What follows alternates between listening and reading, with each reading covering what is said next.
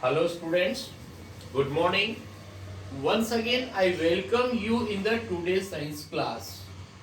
But last time we completed the check your knowledge our previous lesson. हमने जो आपका lesson चल रहा है रिप्रोडक्शन इन प्लांट उसके चेक योर नॉलेज 1, 2 और ये कंप्लीट कर लिए थे। इसके बाद का जो एक्सरसाइज मेटर है, जो राइटिंग मेटर है, वो हम डायरेक्टली आपको व्हाट्सएप ग्रुप पे सेंड कर देंगे। और अभी हम नेक्स्ट लेसन स्टार्ट कर रहे हैं, that is the lesson number 13 और उसका नेम होगा motion and time. This is the name of our lesson number 13, that is the motion and time. सबसे पहले हम बात कर रहे हैं बेटा इसके अंदर लर्निंग ऑब्जेक्टिव्स क्या होंगे। Please look here, that is learning objectives। और लर्निंग ऑब्जेक्टिव का मीन्स होता है some important topics on which we discuss. First number होगा आपके पास स्लो और fast motion, that is slow और फास्ट मोशन, इसके बारे में स्टडी करेंगे। नेक्स्ट नंबर होगा importance of measurement of time, that is importance of measurement of time. Please look here. Next number होगा आपके पास how to measure speed, how to measure speed. और नेक्स्ट नंबर पॉइंट होगा बेटा आपके पास different type of distance time graph, that is different types of distance time graph. इन topics के बारे में हम स्टडी करेंगे बेटा इस लेसन के अंदर। और सबसे पहले हम बात कर रहे हैं what is the means of term motion. Motion क्या होती है उसके बारे में बात कर रहे हैं बेटा। देखना, कभी आपने ध्यान से देखा होगा, अगर अपन किसी भी विंडो से, अपने रूम की विंडो से अगर नीचे जाने वाले व्हीकल्स वगैरह को देखें तो वो सब आपको मूविंग कंडीशन में चलते हुए दिखाई देंगे। कभी ध्यान से देखना, आप किसी भी होटल्स वगैरह में जाते हैं तो वहां पर ऊपर विंडो से अगर आप मूविंग व्हीकल्स को देखते हैं तो ऐसा लगता है सब चलता जा रहा है, एक के बाद एक, कोई रुकने का नाम नहीं ले रहा है। All are in the motion. तो जो भी चीज चलती हुई दिखाई देती है ना, फिजिक्स की लैंग्वेज में बेटा उसको मोशन बोलते हैं। और जब कोई चलता नहीं है तो उसके लिए बोलते हैं हम it is in the position of the rest. अब मोशन क्या होती है वो बता रहा हूं मैं आपको। The objects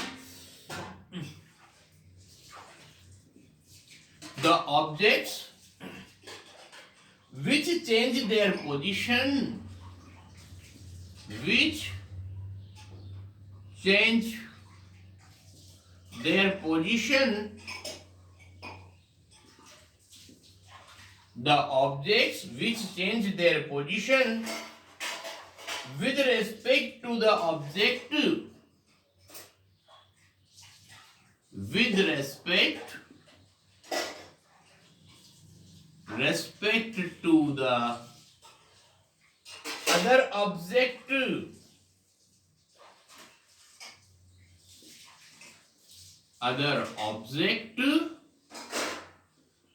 which are at rest is called motion. Yes, are called in the state of motion, that is are called in the state of motion। थोड़ा बात को ध्यान से समझना बेटा। ये चैप्टर जो हम पढ़ रहे हैं बेटा ये साइंस की फिजिक्स में आता है और इसके अंदर डेफिनेशन एक बार दोबारा रीड कर रहे हैं हम। The object which change their position with respect to the other object which are at the rest are called in the state of motion. Suppose करिए आप अपने घर से निकल करके और किसी भी जगह पर चलने के लिए शुरू हो जाते हैं, तो यहां पर जैसे ही आपने चलना शुरू किया तो आपकी पोजीशन, आप बाय कार जाते हैं, बाय बस जाते हैं, तो आपकी पोजीशन धीरे धीरे आगे बढ़ती जाती है और जो ऑब्जेक्ट रेस्ट में है, चल नहीं रहे हैं, उनके कंपैरिजन में आपकी पोजीशन चेंज होती जा रही है और फाइनली एक पर्टिकुलर टाइम के बाद अपने डेस्टिनेशन पर पहुंच जाते हैं. It means you are in the motion. मतलब कि जो ऑब्जेक्ट अपनी पोजीशन दूसरे ऑब्जेक्ट के कंपैरिजन में चेंज करते जा रहे हैं, तो उन ऑब्जेक्ट को क्या बोलेंगे? They are in the state of motion. और जो ऑब्जेक्ट एक ही जगह पर है, रुके हुए हैं, जिनकी पोजीशन चेंज नहीं हो रही है, हमने क्या बोलेंगे? They are at the rest. इतनी बात समझ में आ गई आपको? तो यहां पर देखना, ये आपकी डेफिनेशन होगी. और यहां पर देखना, if you are asked to tell whether trees or building are at rest or motion, what is your reply? अगर कोई आपसे पूछे कि बिल्डिंग, ट्रीज वगैरह का क्या है, तो a body relative to one object may be at rest, whereas relative to the object it may be in motion. तो अब प्रॉब्लम ये है कि अपन किसके कंपैरिजन में बात कर रहे हैं. अगर ट्रीज वगैरह का कंपैरिजन हम दूसरे चीज से करते हैं तो कभी वो रोटेशन में हो सकते हैं, कभी रिवोल्यूशन में हो सकते हैं, या कभी रेस्ट में हो सकते हैं. अब अपन थोड़ा अर्थ के लेवल पर बात करें तो अर्थ पूरी रोटेट करती है, तो उस हिसाब से सभी चीजें मोशन में होनी चाहिए, लेकिन ऐसा नहीं है. अब अपन अर्थ के अंदर ही बात करें, कोई ऑब्जेक्ट चल रहा है, कोई नहीं चल रहा है, तो जो चल रहा है उसको क्या बोलेंगे? That is in the state of motion. जो रुका हुआ है, they are in the state of rest. ऐसी कुछ बात होती है इसके अंदर. So you will easily understand that trees on the earth with reference to the other object on the earth is at the rest, but with respect to the other planet, star, it is the motion along with the earth. अगर मान लीजिए हम किसी भी tree वगैरह की बात करें तो हमारा अर्थ का अर्थ पर ही कंपेयर कर रहे हैं, तब हम कहेंगे कि ट्रीज वगैरह क्या है, अपनी रेस्ट की कंडीशन में है. और दूसरा ऑब्जेक्ट देख लें, अगर वो मोशन में है तो they are in the state of motion, चल रहा है तो, और नहीं चल रहा है तो they are at the position of rest. इतनी बात समझ में आ गई? Therefore state of rest and motion are relative term. तो इसको ध्यान से समझना बेटा. मतलब ये उस बात पर डिपेंड करता है कि आप कौन सी कंडीशन में समझना चाह रहे हैं. The state of, please try to understand, the state of rest and motion, rest and motion are relative terms, relative terms. Please remember, यहां पर रेस्ट और मोशन दोनों रिलेटिव टर्म्स हैं. इतनी बात समझ में आ गई बेटा? अब ये तो हमने पढ़ा मोशन. मोशन का मीन्स एक बार दोबारा रिपीट कर रहा हूं, object which change their position with respect to the other object which are at the rest are called in the state of motion. Suppose करिए आप अपनी बाइक से बूंदी से कोटा के लिए रवाना होते हैं, तो जिस टाइम आपने अपनी ट्रेवलिंग स्टार्ट करी उस टाइम पर बहुत सारे ऑब्जेक्ट ऐसे आते हैं जिनके कंपैरिजन में आपकी बाइक आगे बढ़ रही है, आप आगे बढ़ रहे हैं, और वो ऑब्जेक्ट अपनी जगह पर फिक्स है. तो जो ऑब्जेक्ट अपनी जगह पर फिक्स है उनके लिए क्या बोलेंगे? They are in the state of rest. और आपकी बाइक और आप चल रहे हैं, it means you are in the motion. ये ऐसी कुछ बात होती है. उसके बाद अपने पास में नेक्स्ट टॉपिक आता है बेटा, दैट इज द स्लो और फास्ट मोशन. क्या होता है ध्यान से देखना. यहां पर स्लो और फास्ट मोशन की बात कर रहे हैं. क्या मतलब है देखना ध्यान से. दैट इज द स्लो और फास्ट मोशन. स्लो और फास्ट मोशन. देखिए बेटा क्या कह रहे हैं, if an object cover large distance in fixed interval of time then other object it is called faster. Please try to understand. If an object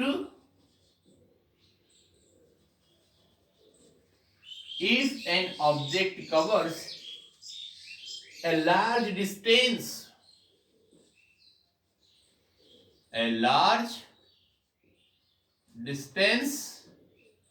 in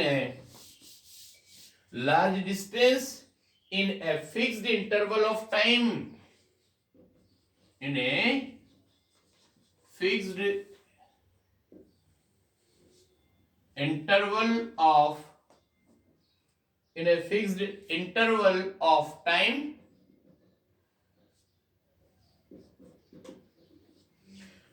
interval of time, then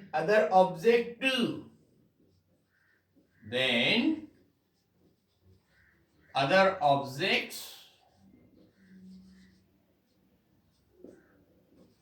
is called faster motion.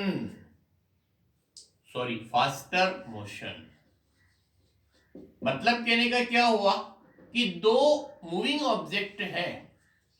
Suppose करिए आपके पास में एक vehicle ये है जो moving कर रहा है, ये दूसरा व्हीकल है जो भी मूविंग कर रहा है. अब दोनों एक ही डायरेक्शन में जा रहे हैं. अब क्या होगा कि जो कम टाइम में, मतलब दोनों का टाइमिंग, जो कम टाइम में ज्यादा डिस्टेंस कवर करेगा, हम बोलेंगे उसकी मोशन जो होगी that is the faster motion in comparison to the other. ये आपके पास में ऑब्जेक्ट ए है, ये ऑब्जेक्ट बी है. तो कहने का मतलब इसने भी डिस्टेंस कवर की, दूसरे ने डिस्टेंस कवर की, लेकिन जिसका टाइम इंटरवल कम होगा वो फास्टर होगा और जिसका टाइम इंटरवल ज्यादा होगा वो स्लोअर होगा in comparison to the other. इसके लिए एक कुछ एक्टिविटी बताइए बेटा, ध्यान से देखना. क्लासिफिकेशन ऑफ स्लो और fast motion of various bodies with respect to the other object.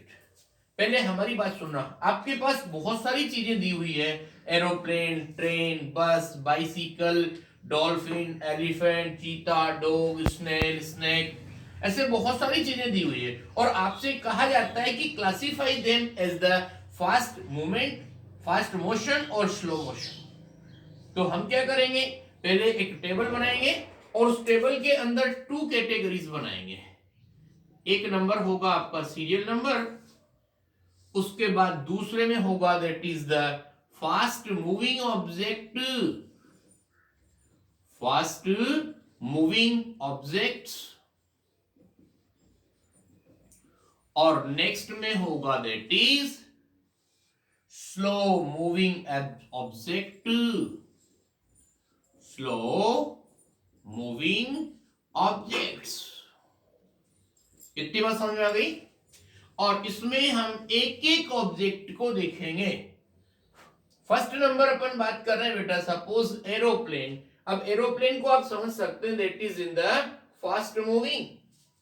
तो फर्स्ट नंबर इसमें हो जाएगा आपका एरोप्लेन.